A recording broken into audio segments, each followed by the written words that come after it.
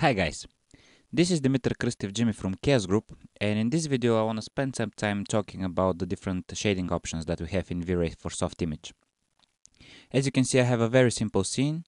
I have this shoe model and I'm using this dome white to illuminate my scene. So basically I have this texture in my environment that is illuminating the entire scene. What I want to talk about is some of the materials that we have, and you'll see that we have a bunch of different materials here, but right now I'm just going to talk about some of the more important ones, and obviously the most important one is the V-Ray material.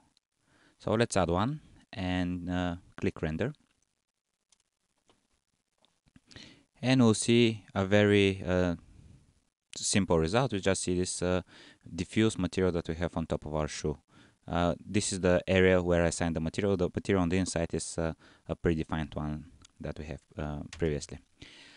Okay, so let's take a look at the V-Ray material. As you see, it has a bunch of different options, and basically we have several layers. We have a diffuse layer, a reflection layer, and a refraction layer. And the important thing is that they all work together. So let's start first of all with the diffuse. So I'm going to change the color of the diffuse, and when I hit render, you'll see that the diffuse color of my material has changed. It's pretty straightforward. There's nothing really special here about this diffuse. And on top of this diffuse layer, we can actually start adding some reflections. So let's say I go to the reflection part of the material and increase the reflection just a little bit and hit render again. Let me just bring this up. You'll now see that we have our diffuse part on the bottom, and then on top of this diffuse part we have added some reflections. And it's very important to add something here, the fact that V-Ray is not just adding those two components together, it's actually blending them. So even if I had completely white color for diffuse and completely white color for reflection, V-Ray will not create a material that is reflecting more white, that it's coming to it. So it makes sure that the energy preservation law is kept. So right now, if I, for example, make this material completely white, the reflection of this material completely white, you will be able to see that the reflections are clear reflections, and I don't see anything, any part of the diffuse whatsoever. And you can actually see this HDR that I'm using in my environment. So with this information, the fact that the V-Ray material preserves this energy preservation laws, it's important to know that we always advise people to use the V-Ray materials in all cases. So in the case of the V-Ray material, it will keep the energy preservation law. It will also make sure that you create physically accurate materials, and you also it's also very well optimized to work with the V-Ray rendering engine. So of course you can use Softimage's default materials, but if you use the V-Ray materials instead, you create a much better result. Now let's continue with the material. Obviously, when I increase the reflections, we got different color here. We got a more reflective material, which is basically a perfect mirror right now. And of course, I can change the reflection color. So let's make this diffuse black, because I don't want to be blending different colors, and make the reflection blue, for example. So right now, when I click render, we'll see that we have this blue reflective material. And on top of how reflective the material is and what color it is, we can also make those reflections blurry. So for example, I have this option here that says reflection glossiness, which I can decrease, and a blurriness of 0.25 will create a pretty blurry metallic reflections that you can see right now. Another thing that we can do with reflections is to use Fresnel reflections. So I'm going to bring the glossiness back to 1. I'm going to give a color to this material, maybe something like this, and make the reflections white again. But right now I'm going to enable these Fresnel reflections. So right now what we're going to have is a certain Fresnel curve is going to be applied to our reflections, which means that faces which are facing us will be reflecting less than those who are facing away from us. So you can see those faces over here, which whose normal is looking directly at us, will be reflecting much less than all the faces that's normal is pointing away from us. And this Fresnel reflections actually there's a physical component to it. Basically, those reflections are going to depend on this index of refraction that can be found in the refraction options. But if you want to, you can check this checkbox that says log Fresnel reflections and increase this or change the value of this Fresnel index of refraction and completely change where those Fresnel reflections are applied. Of course, I can make those reflections blurry as well. So, for example, if I want to decrease the glossiness, I can introduce some blurriness to those reflections. And the thing about blurry reflections is that in order to create them, we're tracing more rays, and right now they don't look so noisy, but in cases where you get noisy reflections, you can always adjust their settings, the quality of those glossy reflections with the help of this subdivisions parameter. Now, this is pretty simple, and below this material we have these refraction parameters, but which allow us to create materials like glass and other transparent materials.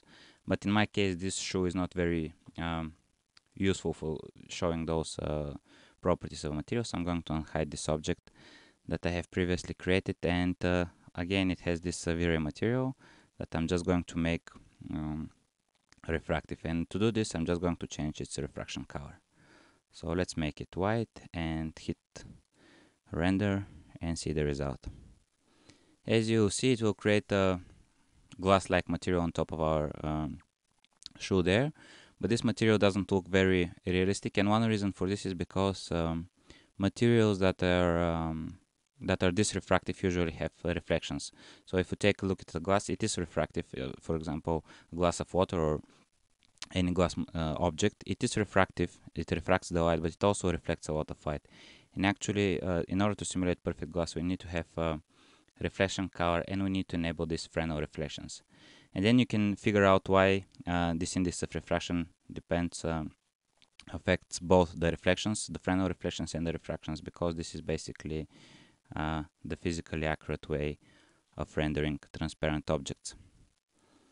And you'll see now we'll create a different result. Obviously, my index of refraction is too high, and it created some strange material, but if I want to create something like water, for example, I think the index of refraction of water was 1.33, so let's try with this one.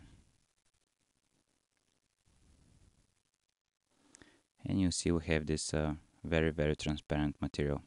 Now, these materials can, the refractive material can also be blurry, and to do this we need to decrease the glossiness over here. So if I decrease the glossiness and hit render, we'll create things like frosted glass, and you see that this will, however, slow down the rendering, because right now we need to trace many glossy rays in order to create this result, which looks like frosted glass in this case.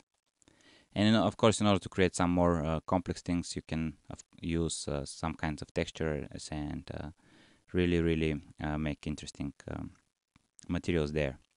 Now, the refraction color can also be, in addition to being black and white, you can give it a color, so you can create things like tinted glass, which you'll see here. And you also have this maximum depth parameter, which means that we can put a limit to the maximum number of times a ray will be refractive. So if we have a more complex object, a material that's upon a more complex object that has a ray of light will be refracted many times passing through this object, we may sometimes need to get this maximum depth increased in order to get the right result. Now, these are the basic settings of the materials, and as you can see, we can create pretty complex shaders just with this one. Of course, we can go to the maps and put textures on everything, and we have some options that can allow us to change, for example, the BRDF, or use some optimizations on our materials, where if we want to, we can turn off the reflections or the refractions, and so on. So this is the standard V-Ray material, and as you see, it allows us to create interesting materials, but basically we have a more advanced material, which is called the V-Ray blend material. and the V-Ray blend material allows us to create really complex shaders. So let's try and do something like that. First of all, I'm going to change the shader of this shoe here, which I'm going to make a diffuse, give it a diffuse color, and then make the reflections a color, and I'm going to have those reflections to be very blurry. So right now what I will create is this sort of metallic looking paint. Of course I need to turn off the Fresnel reflections first, and this should create the proper result. Okay, so now as you can see we have this sort of metallic paint. It looks like a metal that has some color, and it also has been brushed. And if I want to add some clear reflections on top of it, for example Fresnel reflections, this would be impossible to create with just a simple material. In this case I would need to create a more complex shader, and I'm going to use the V-Ray blend material for this purpose. So I'm going to bring out this render tree here and get a V-Ray blend material.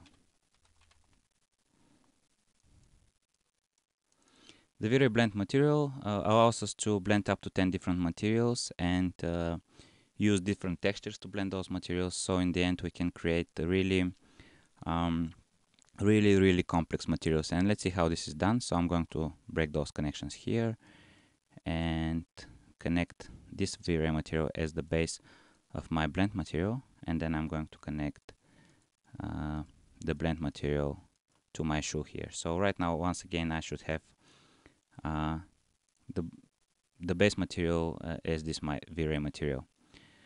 There are many advantages to using the blend material instead of other multi-layered materials in Softimage, and the first one is that once again this material has been optimized to work with V-Ray.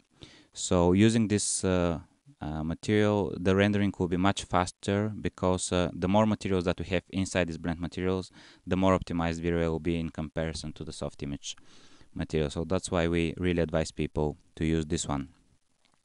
Now let's see what we can do. Let's add another material on top of this one, and I'm just going to use a V-Ray material once again.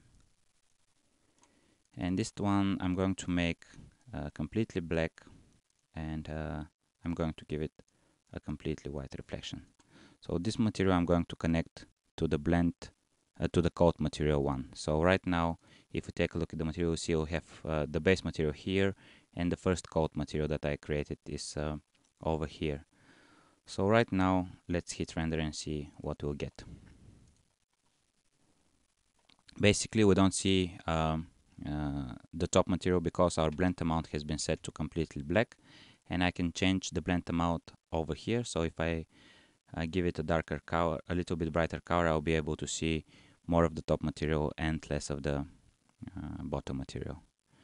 As you can see, actually this is too much. I'm seeing almost completely the top material, so obviously I need to give it some darker color.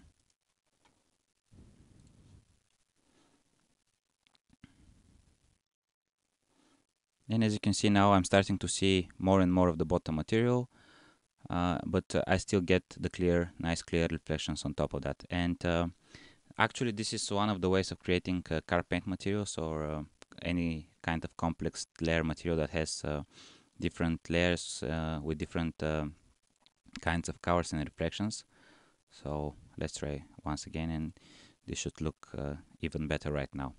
And what we can do also is, so we can actually use a texture here and connect it for the blend amounts. For example, a Fresnel texture that is going to blend the two materials based on a Fresnel curve, and we can create really complex materials. And as I told you, the best example of a nice complex material that we can create is the V-Ray car paint material.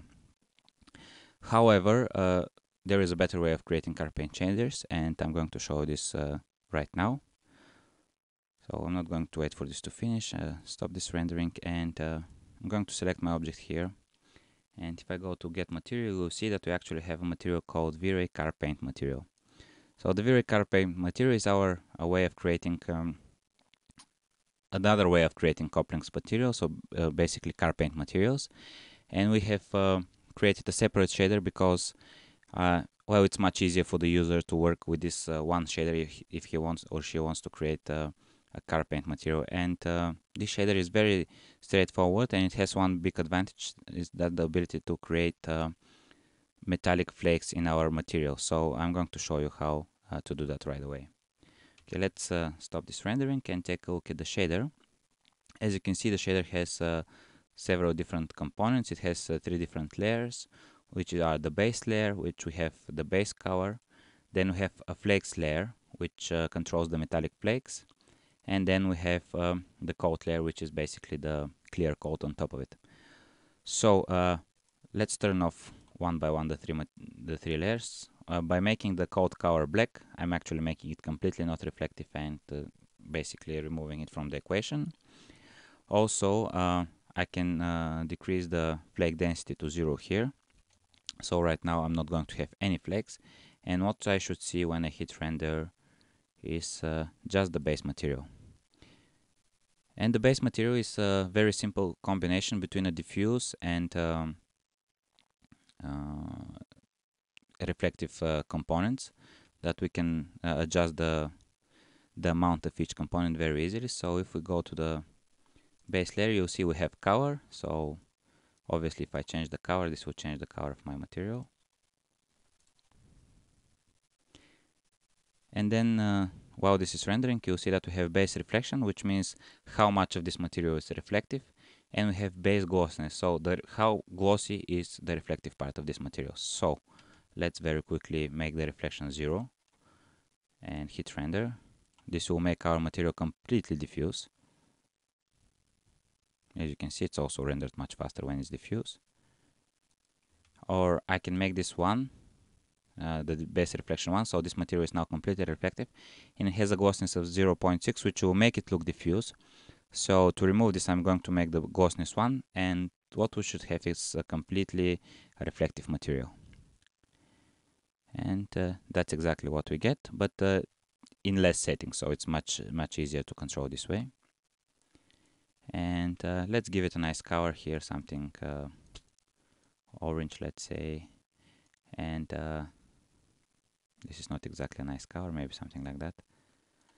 And I'm going to make the glossiness 0.85. So right now we'll have a very strong metallic look to this material, and it will be also those blurry reflections that are a little bit harder to render but create really nice touch to our material.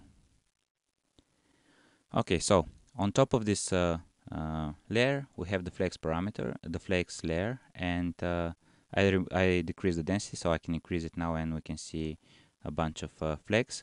However, what I want to do here is change the flake mapping type, because right now it's set to explicit UVW channel, but because my object is not UV unwrapped, I'm going to switch to triplanar mapping, which should add some flakes on top of my materials, make those flakes visible. And you can see those little blue things there, the metallic flakes. Actually, in order to create these flakes, V-Ray is doing some pretty complex things. It's creating different textures, blending them together. As you can see, some of the flakes are reflective and some of them seem to be not reflective, and this is because actually we simulate the random direction of those flakes, so when the camera is moving, the flakes will be reflecting differently. And to control the flakes color, we have obviously a parameter called flakes color, so I can make it yellow, and we can control the orientation, which will just change the random direction in which they're reflecting. Also, the flakes are completely reflective, so they have a glossiness here, and I can also increase the density to 1.5, for example, so that now I'll have a lot of flakes. So let's hit render and see a strange result, a more interesting result. As this is rendering, let me explain the other settings. We have flake scale. This is a scale for the entire shader. So let's say you created a nice shader in your scene, but you want to transfer it to another scene with a different scale. Sometimes the flakes may be too small or too big. You can just adjust the scale, and this will adjust the entire shader. It will adjust the size of the flakes as well as the size of these empty spaces between the flakes. And the flake size actually just controls the size of these individual flakes. Then we have the filter map.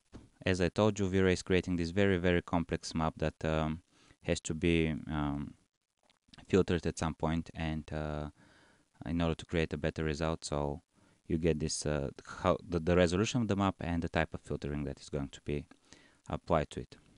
Now, on top of these two layers, we have a coat layer, which is pretty simple. We just add some reflections, and we complete the look of the shader and make it really look like a car paint material, more or less.